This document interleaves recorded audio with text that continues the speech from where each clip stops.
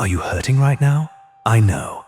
I can see it. The way you're reading these words, the way you clicked on this in the middle of the night, when you couldn't sleep, when your phone was the only thing still awake with you. I know it all. I don't need you to tell me the details.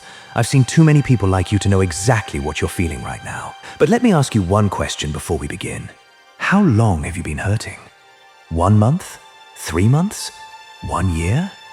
2 years? Are you about to tell me it's complicated? Not everyone would understand? Fine. I don't need to know the details of your story. Who did what to you? Why they did it? Who was right or wrong? I don't need to know. I only need to know one thing, and this is the question you have to answer from the very beginning. How much longer are you going to keep hurting?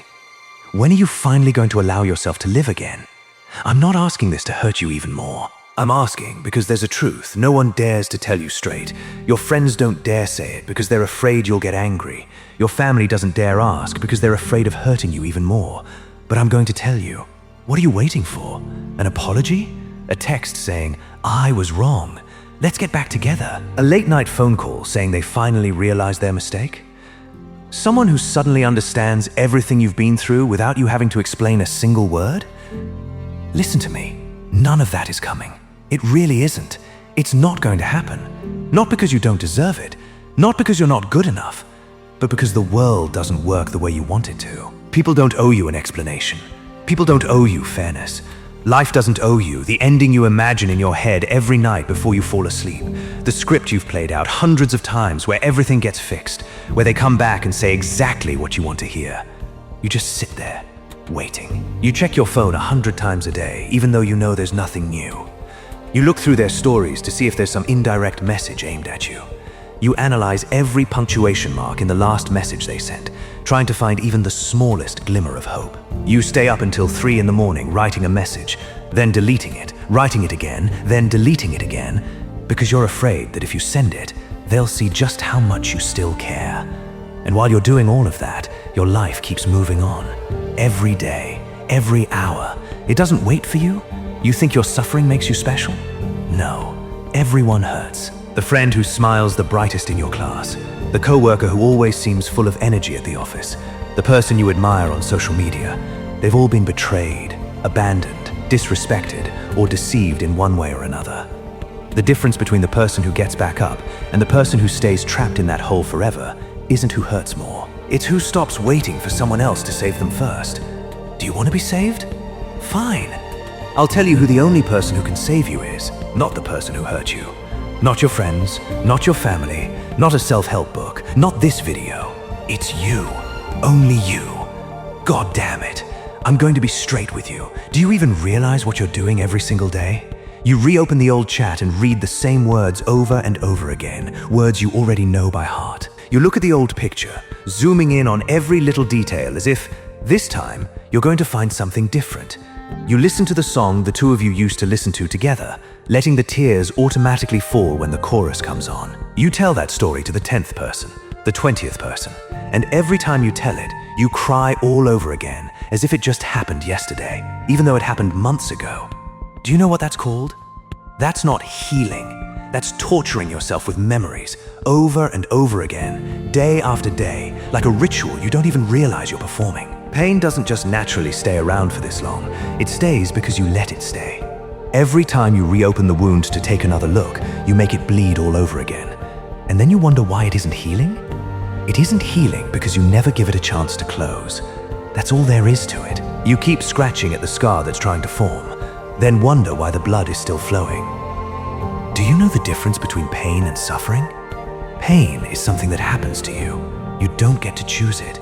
It hits you whether you want it to or not. But suffering, the lingering feeling, the cycle of tormenting yourself, the habit of living in the past, the way you build your entire present life around something that has already happened, that is something you choose every single day, whether you realize it or not. And I'm going to say this straight, even if you don't want to hear it. There's a part of you that likes feeling like the victim. That's uncomfortable to hear, isn't it? Good, because it's the truth, and right now, you need to hear the truth more than ever. Being the victim is easy. You don't have to take responsibility for anything.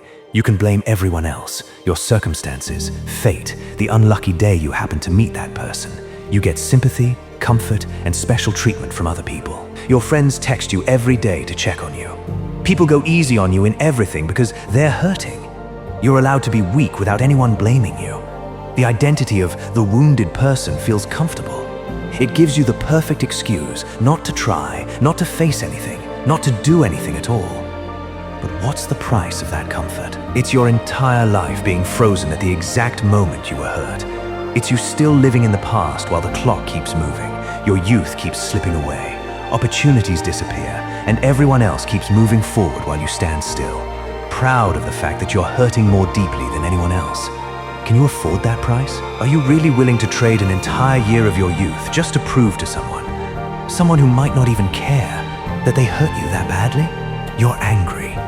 I know. You're angry at the person who hurt you. You're angry because they don't understand. You're angry because life isn't fair. You're angry because you gave so much, and all you got in return was betrayal, indifference, and silence. But I'm asking you, what are you holding on to that anger for, huh? Tell me. Don't tell me it's to stay motivated, or so I'll never forget the lesson. I know better. You hold on to your anger because it's much easier than having to look honestly at yourself. When you're angry at someone else, you don't have to examine yourself. When you're angry at someone else, you're always right, always the victim, always entitled to sympathy. When you're angry at someone else, you don't have to ask the hardest questions, the questions you've been avoiding for so long. What was my part in all of this? What signs did I ignore? Where did I lie to myself? What did I allow to happen? Yes, maybe they were wrong. Maybe they really were a terrible person. I'm not denying that. But the anger you're holding on to isn't hurting them even a little. They're still out there eating well and sleeping peacefully, maybe even laughing and having fun with someone new. That anger is only slowly eating away at you, day after day, night after night, while you lie there thinking about them, imagining conversations that never happened, coming up with comebacks you'll never actually say. You know the classic saying, right? Holding on to resentment is like drinking poison yourself and expecting the other person to die. They're still out there living their normal lives. They might not even think about you for a single second all week.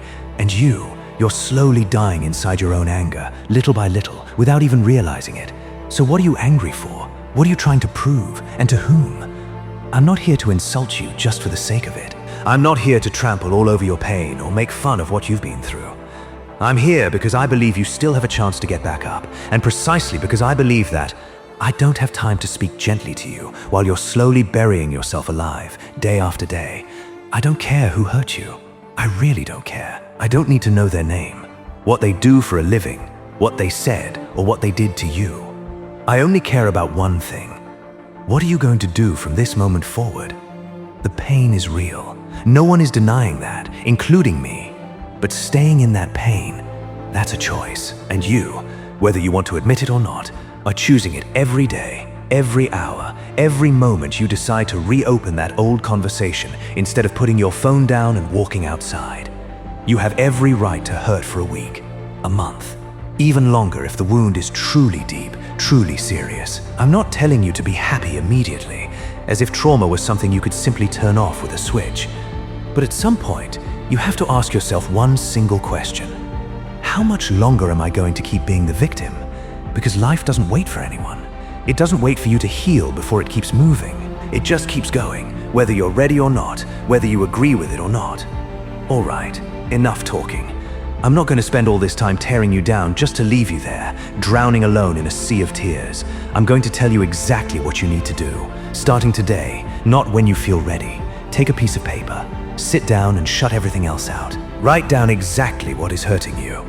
Not so you can cry one more time, not so you can feel sorry for yourself one more time, but so you can face it, name it, and understand exactly what it is. Don't avoid it. Don't romanticize it. Don't write something vague like, I'm sad because of what happened. Be specific. What happened? What did you feel at the time? And what do you feel now? And most importantly, what part of it came from your own choices? What signs did you ignore? What did you allow to continue even though you knew something was wrong? Where did you stay silent when you should have spoken up? This isn't an exercise in blaming yourself even more. It's not about turning yourself from someone who was a victim of another person into a victim of yourself. This is an exercise in taking back control. Because as long as you put 100% of the responsibility on someone else, you remain completely powerless. They did it. They control the story of your life, and you're just standing there watching it happen. But when you recognize your part in it, even if it's only a small part, you take back the power to decide what happens next. Do this once. Do it properly. Do it thoroughly. When you're finished, put that piece of paper away, or burn it if you want some kind of final ending. But don't pull it back out and read it every night like some new ritual of self-torture. Once is enough. Face it. Name it. Then close the chapter. You know exactly what is feeding your pain. Don't pretend you don't. Don't tell me, I don't know what to do. You do know. You just don't want to admit it. Maybe it's the phone number you still haven't deleted, even though you've promised yourself a dozen times that you would. Maybe it's the story you secretly check 3 times a day using a second account. Maybe it's the song you keep replaying so you can fully feel the sadness, as if suffering was some experience you need to savor from beginning to end. Maybe it's that friend you sit with every time you see them, telling the same old story, crying together, complaining together, only to go home feeling twice as heavy as you did before you met.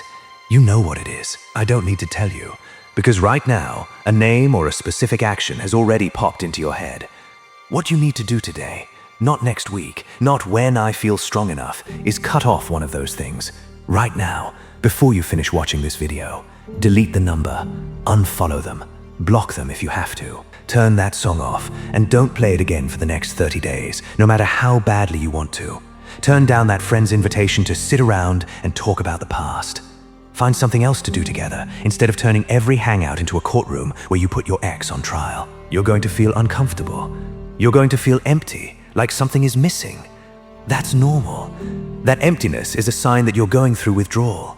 Yes, I'm using the word withdrawal seriously, because when you live with pain for too long, it can become a real kind of addiction, with many of the same mechanisms as an addiction. Cravings, that empty feeling when you don't have it, and the false sense of relief you get when you use it again. But you have to step out of it.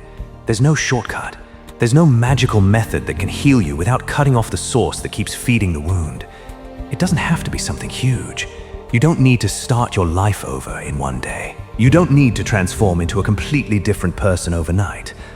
I'm not asking you to be a superhero, but you have to do one thing, no matter how small, that has nothing to do with your pain, something that moves you forward toward a different version of your life. Go to the gym for one session, even if it's only 30 minutes. Sign up for a course you've wanted to take for a long time, but never started, because you always found a reason to put it off. Clean up the room that's as messy as your mind is right now. There's something strangely true about this. When you clean up your living space, your mind gradually starts to feel more organized too. Call an old friend who has nothing to do with this painful story, just to have a normal conversation like a normal human being, not like a victim who needs to be comforted. Write down 3 goals for the next 3 months, even if you don't believe yet that you'll achieve them. Anything, as long as it's a step, no matter how small, forward, not standing still in the past, not going around in circles in the same pool of mud. Why do you need to do this? Because your brain needs concrete evidence, not empty words. It needs to see that you can do something other than suffer, complain, and wait. One small action today will create momentum for a bigger action tomorrow. That's the only way. There is no other way to break the cycle that's keeping you trapped. You don't need to feel ready before you act. You act first, and the feeling of being ready comes afterward. That's how it always works. That's the secret no one tells you directly. If you wait until you feel strong enough to take action, you'll wait your whole life, because that feeling will never simply appear on its own if you don't act first. Strength isn't a requirement for action. Strength is the result of action, built little by little, day by day. Let me be clear, I'm not telling you to suffer alone until you die. I'm not telling you to grit your teeth and endure everything just to prove that you're tough. If you've been dealing with insomnia for weeks, have barely any appetite, no longer want to do anything, not even the things you used to enjoy, feel completely emotionally numb, or worse, have thoughts about ending everything, about disappearing, then this is not the time to try to tough it out, alone in the way I've been talking about. This is when you need someone who knows what they're doing. A mental health professional, a therapist, an emergency mental health crisis line if the situation is serious. Not because you're weak, Not because you failed at healing yourself, but because the strongest person isn't the one who forces themselves to carry everything alone until they finally collapse. The strongest person is the one who knows their own limits and knows exactly when to seek the right help from the right person. That doesn't mean you have to carry everything by yourself just to prove that you're cool or tough. That isn't strength. That's dangerous stubbornness. A truly strong person knows when to raise their hand and say out loud, "I need help, and I'm not ashamed of that." If you're in that situation, reach out to the person you trust most, or contact mental health support services where you live, or find a therapist near you. Don't suffer through it alone. This isn't a test for you to prove your endurance to the world or to yourself.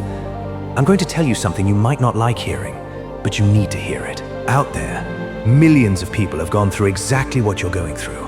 Betrayed by the person they trusted most, abandoned at the exact moment they needed someone to lean on, looked down on after years of hard work, suddenly losing someone they loved, suffering a devastating career failure after years of building everything up, and they got back up.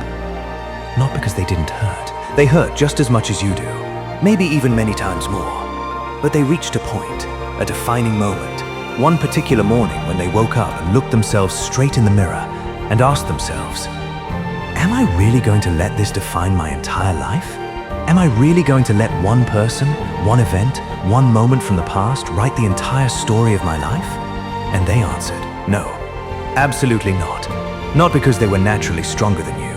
Not because they were born with better resilience genes or had easier circumstances. No one is born strong. Strength is forged in the very moments when you want to give up the most, but still choose to get back up.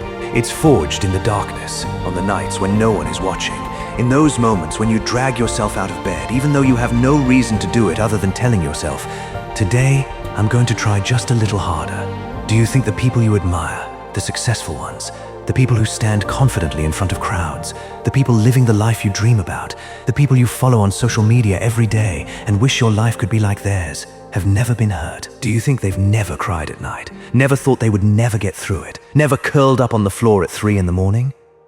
Completely wrong. They've been exactly where you are now. Some of them may have been even worse off. The only difference, and I want to emphasize this, the only difference is that they didn't allow themselves to stay there forever. At some point, they decided that pain was allowed to be one chapter, not the entire book. No one cares about your painful story as much as you think they do. It sounds cruel, but it's a necessary truth, and I'd rather tell you the truth directly than let you keep lying to yourself. People have their own lives, their own problems, their own daily worries taking up most of their attention. They may listen to you tell the story once, twice, 3 times with genuine sympathy. They may even cry with you, but by the 10th or 20th time, that sympathy starts turning into exhaustion, even if they don't say it because they don't want to hurt you even more, even if they keep pretending to listen while their eyes are beginning to wander. The world out there isn't going to stop and wait for you to heal. It keeps moving at exactly the same pace as before. Opportunities keep passing by every day. Other people keep moving forward, learning, growing, and building their lives. And if you keep sitting there forever, holding onto your pain like some kind of medal of honor, one day you'll wake up, maybe 1 year or 2 years from now, and realize you've missed an entire stretch of your life simply because you refused to let go of something that happened a long time ago. Do you want that to be the story of your life? The story of someone who was hurt once and then spent the rest of their life living in its shadow, letting one thing that happened long ago cast a shadow over every decision and every relationship that came afterward? Or do you want it to be just one chapter, a painful, difficult chapter that leaves a real scar, but is still only one chapter in a much bigger story where you get back up and write the rest with your own hands? You don't need to wait for anyone's permission. You don't need to wait for anyone to apologize. You choose. No one can choose for you. Not even me. I know what I just said might make you uncomfortable. It might make you want to turn this video off right now to argue with every single thing I've said. Maybe you're thinking, this person doesn't understand what I'm going through. They don't understand how complicated my situation really is. But I do. I understand far more than you think. And precisely because I understand, I'm not choosing to speak to you gently, to coddle you, to tell you things like, it's okay, take your time, everything will be fine, just let yourself cry, because that kind of comfort, even though it feels good in the moment, doesn't actually take you anywhere. It only keeps you in that hole longer, more comfortably, a little more peacefully. But it's still the same hole. You're still standing in the exact same place you've been stuck in for so long. I'm hard on you because I believe you're much stronger than what you're showing right now. Stronger than even what you yourself believe about who you are at this moment. The person who is curled up in pain, waiting, blaming others, feeling sorry for themselves every night, that isn't the real you. Or rather, that's just you at your weakest moment. A temporary version of you, not the permanent one. The real you is the person who can get back up after this fall, even if you don't believe that yet. The person who can turn pain into a lesson instead of turning it into a self-imposed life sentence. The person who, one day, not too far from now, will look back on this period and say to yourself, "That was when I almost completely fell apart, but I didn't let it win. I got back up. Now is the time to put your phone down and do one of the 4 things I just told you about, right now. Not tomorrow, not let me think about it for a few more days. Tomorrow will have its reasons for tomorrow. Next week will have its reasons for next week. There will always be a new reason to procrastinate if you allow yourself to look for one. Right now is right now. Write down that pain and face it head on, once and for all. Cut off one thing that is feeding it, today. Don't wait until tomorrow. Do one thing, even something small, that moves you forward within the next 24 hours. And if you need professional help, seek it right away. No shame, no delay. Your pain is real. I don't deny that for a single second, and I have never looked down on it. But it isn't a life sentence, unless you sentence yourself to one and never appeal it.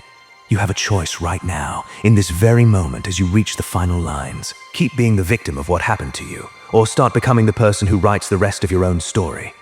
I can't choose for you. No one can choose for you, no matter how much they love you. But I'm going to ask you one last time, the same question I asked you at the very beginning. How much longer are you going to keep hurting? The answer is inside you, not in the person who hurt you, not in fate, not in luck, not in anyone else but you, the person sitting here, reading these final words. Get up, today, not tomorrow. And honestly, I made this video because I'm going through something similar myself, and I need to remind myself of these things too. Stay strong. We are real men.